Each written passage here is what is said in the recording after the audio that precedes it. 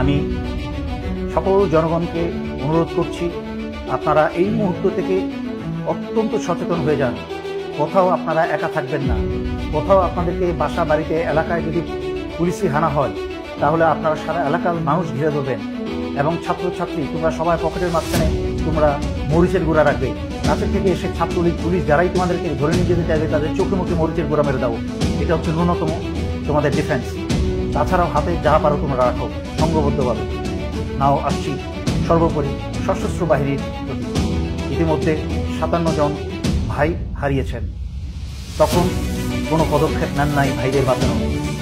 দেশ ভারতের দখলে চলে গেছে এই স্বৈরাচারী হাসিনার কারণে। 15 বছর ধরে যাবৎ বাংলাদেশের সব কিছু স্বাধীনতা, সার্বভৌমত্ব, এমনকি জনগণের যান মাল, বাংলাদেশের অর্থনীতি সব কিছু ভারতের হাতে তুলে দিয়েছে। আর অপেক্ষা করবেন নিজের এবং নিজের স্ত্রী সন্তানের রক্ত দিয়ে? এখনো সময় আছে। আজকে রাত্রে ভোরের অপেক্ষা না থেকেই আপনারা অস্ত্র হাতে জরুরি অবস্থা জারি করে সারা বাংলাদেশের ক্ষমতাবার হাতে তুলে নিন এবং ছাত্র আন্দোলনরত ছাত্র জনতার সাথে কাঁধে কাঁধ মিলিয়ে বাংলাদেশ রক্ষায় দাঁড়িয়ে যান। আমি সংগ্রামরত আন্দোলনরত ছাত্রছাত্রী জনতা এবং দেশপ্রেমিক সশস্ত্র বাহিনীর পক্ষ থেকে স্বৈরাচারী শেখ হাসিনার সরকারকে বহিষ্কার ঘোষণা করছি।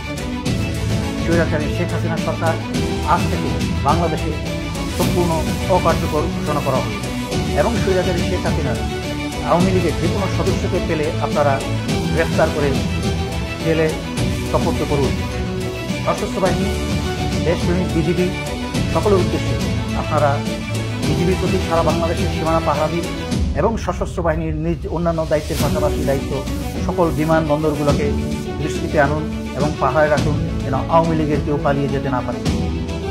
এবং সর্বোপরি এই কথা বলছি, ক্ষমতাভার গ্রহণ করার পরে বাংলাদেশের ভেতরে যেন ভারতের কোনো রয়ের সদস্য যেন এরা না থাকতে পারে, তা যা ব্যবস্থা করার করুন।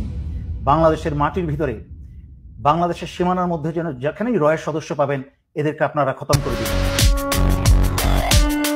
বাংলাদেশ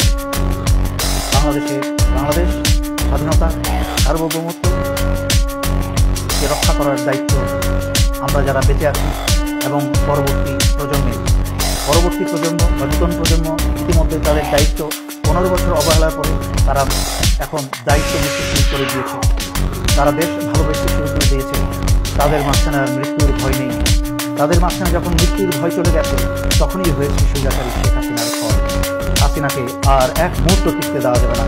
যেখানেই পাবেন এদেরকে আপনারা গণধোলাই দিতে শুরু করেন। সশস্ত্র বাহিনী, আবারও বলছি শেষ কথা, জরুরি অবস্থা জারি করে বাঁচতে হলে, দেশকে বাঁচাতে হলে, জনগণকে বাঁচাতে হলে জরুরি অবস্থা জারি করে এখনই ক্ষমতা হবে। এই বলে